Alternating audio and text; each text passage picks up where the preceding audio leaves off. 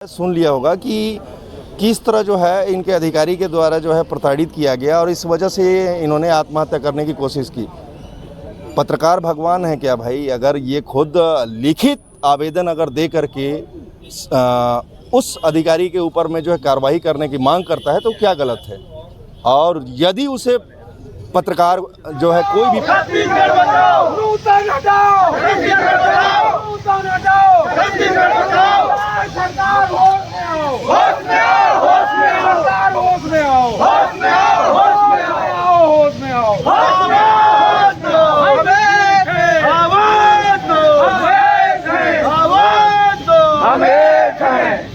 पत्रकार एकता जिंदाबाद जिंदाबाद जिंदाबाद पत्रकार एकता जिंदाबाद जिंदाबाद जिंदाबाद पत्रकार एकता जिंदाबाद जिंदाबाद जिंदाबाद पत्रकार एक है। पत्रकारों को जुल्म करना बंद करो, बंद करो बंद करो पत्रकारों पे जुल्म करना बंद करो, बंद करो बंद करो। हम सब एक है हम सब एक है। जिंदाबाद जिंदाबाद जिंदाबाद जिंदाबाद एक है एक है। पत्रकार एकता जिंदाबाद जिंदाबाद जिंदाबाद पत्रकार एकता जिंदाबाद जिंदाबाद जिंदाबाद पत्रकार एकता जिंदाबाद जिंदाबाद जिंदाबाद हम सब एक है हम सब एक है हम सब एक है हम सब एक है। बर्खास्त करो बर्खास्त करो बर्खास्त करो। बर्खास्त तो तुमको करना होगा, करना होगा करना होगा। सरकार पे जुर्म में बंद करो बंद करो बंद करो बंद करो बंद करो बंद करो बंद करो। पत्रकार एकता जिंदाबाद जिंदाबाद जिंदाबाद पत्रकार एकता जिंदाबाद जिंदाबाद जिंदाबाद पत्रकार एकता जिंदाबाद जिंदाबाद जिंदाबाद। हम सब एक है हम सब एक है हम सब एक है एक है। पत्रकार एकता जिंदाबाद जिंदाबाद जिंदाबाद पत्रकार एकता जिंदाबाद जिंदाबाद जिंदाबाद पत्रकार एकता जिंदाबाद जिंदाबाद जिंदाबाद। हम सब एक है हम सब एक है। पत्रकार एकता जिंदाबाद जिंदाबाद जिंदाबाद पत्रकार एकता जिंदाबाद जिंदाबाद जिंदाबाद पत्रकार एकता जिंदाबाद जिंदाबाद जिंदाबाद। हम सब एक है हम सब एक है। पत्रकार एकता जिंदाबाद जिंदाबाद जिंदाबाद पत्रकार एकता जिंदाबाद उस समाचार को प्रकाशित करता है तो उसकी क्या गलती है? सीधी सी बात यह है कि अपने जो है पद का जो है दुरुपयोग करते हुए सिविल सेवा आचरण अधिनियम 1964-65 का खुला उल्लंघन करते हुए मैडम के द्वारा 1-1 करोड़ रुपए चन्ना मुर्रा की तरह जो है नोटिस बांट दिया गया पत्रकारों को। लगभग 7 से 8 पत्रकारों को यह नोटिस दिया गया और उसके बाद हद तो तब हो गई जब अपराध पंजीबद्ध करने के लिए पुलिस अधीक्षक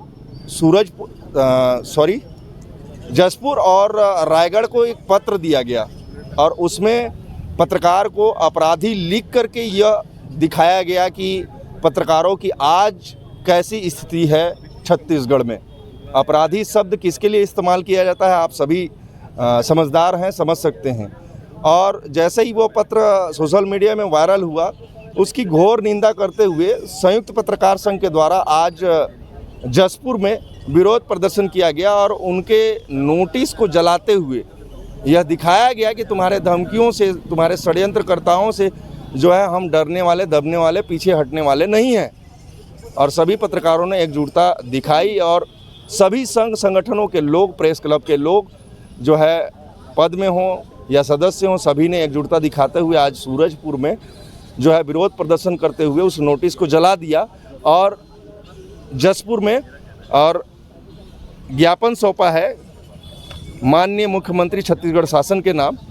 और उसमें जो है सबसे पहला जो बिंदु है, जो मांग है, वो है सहायक संचालक नूतन सिदार के ऊपर जो है तत्काल अपराध पंजीबद्ध किया जाए और इस शर्मनाक प्रकरण के लिए जो अभी तक मौन धारण किए हुए हैं जनसंपर्क विभाग के सबसे बड़े मुखिया, जो कि कभी यहीं जसपुर के कलेक्टर हुआ करते थे, डॉक्टर रवि मित्तल जी से जो है सार्वजनिक माफ़ी मांगने का भी हमने जो है प्रस्ताव रखा है, ताकि जो है सीधे साधे दिखने वाले और समझने वाले प्रदेश के मुख्यमंत्री विष्णुदेव साय का जो छवि है वो धूमिल ना हो।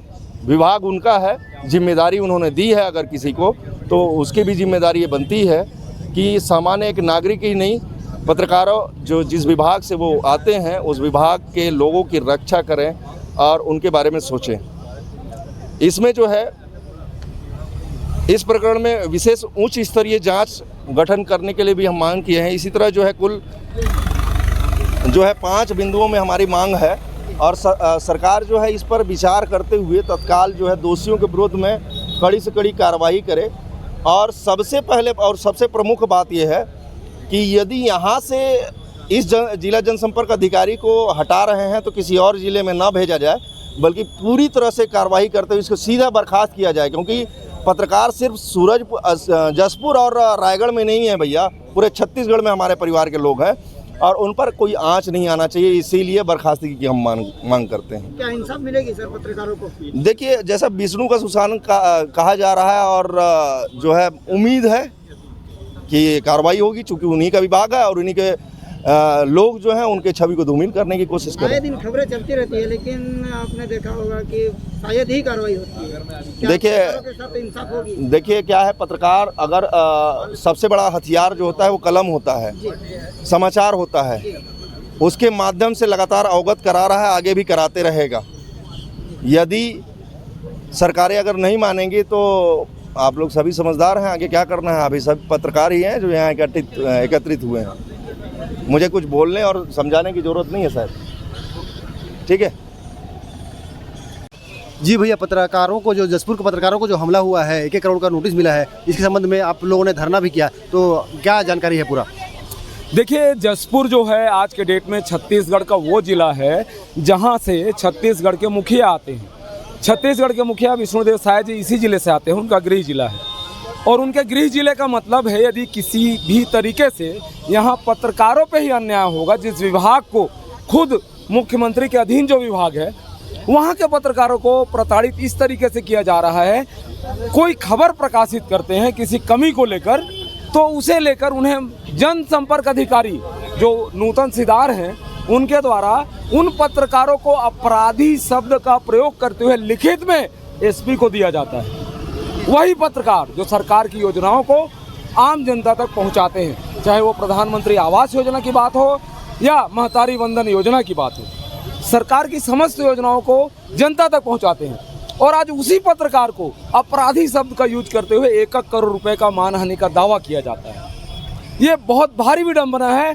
प्रदेश में जहां से मुखिया आते हैं, जहां से प्रदेश के मुख्यमंत्री आते हैं, उनके ज़िले में यह स्थिति है, तो बाकी ज़िलों की स्थिति तो सभी समझ सकते हैं क्या होगा।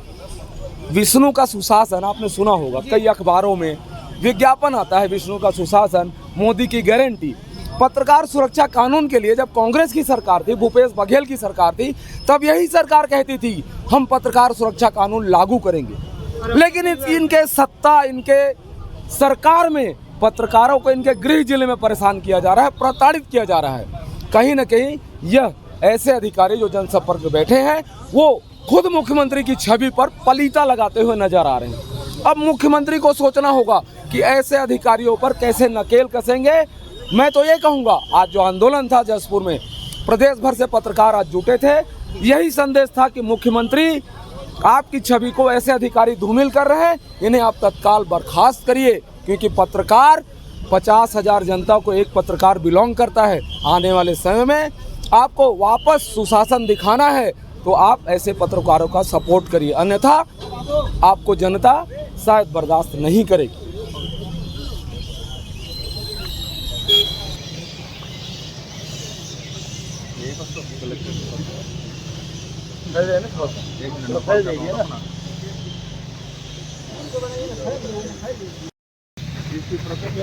सभी के हाथ में है और सभी लोग 1 करोड़ी वाले करोड़पति पत्रकार हो गए हैं। बहुत बहुत धन्यवाद सरकार का, बहुत बहुत धन्यवाद जनसंपर्क विभाग का। और इस नोटिस से हम नहीं डरते हैं। लाइए यहाँ लाइए, यहाँ लाइए, देखिए इस नोटिस से हम नहीं डरते। इस नोटिस के साथ क्या होना चाहिए भाइयों? इस नोटिस से डरते हैं आप लोग? आवाज दो, आवाज दो, आवाज दो। पत्रकार एकता जिंदाबाद, जिंदाबाद जिंदाबाद पत्रकार एकता जिंदाबाद, जिंदाबाद जिंदाबाद। नूतन को बर्खास्त करो, बर्खास्त करो, बर्खास्त करो, नूतन को बर्खास्त करो, बर्खास्त करो, बर्खास्त करो। नूतन हटाओ, छत्तीसगढ़ बचाओ, हटाओ, छत्तीसगढ़ बचाओ। पत्रकारों का न्याय बंद करो, बंद करो, बंद करो, पत्रकारों का न्याय बंद करो, बंद करो, बंद करो। जवाबदारी तो तुमको लेनी होगी, लेनी होगी, लेनी होगी, जवाबदारी तो तुमको लेनी होगी, लेनी होगी, लेनी होगी। शायद सरकार होश में आओ, होश में आओ, होश में आओ। पत्रकारों का न्याय बंद करो, बंद करो, बंद करो। पत्रकार एकता जिंदाबाद, पत्रकार एकता जिंदाबाद।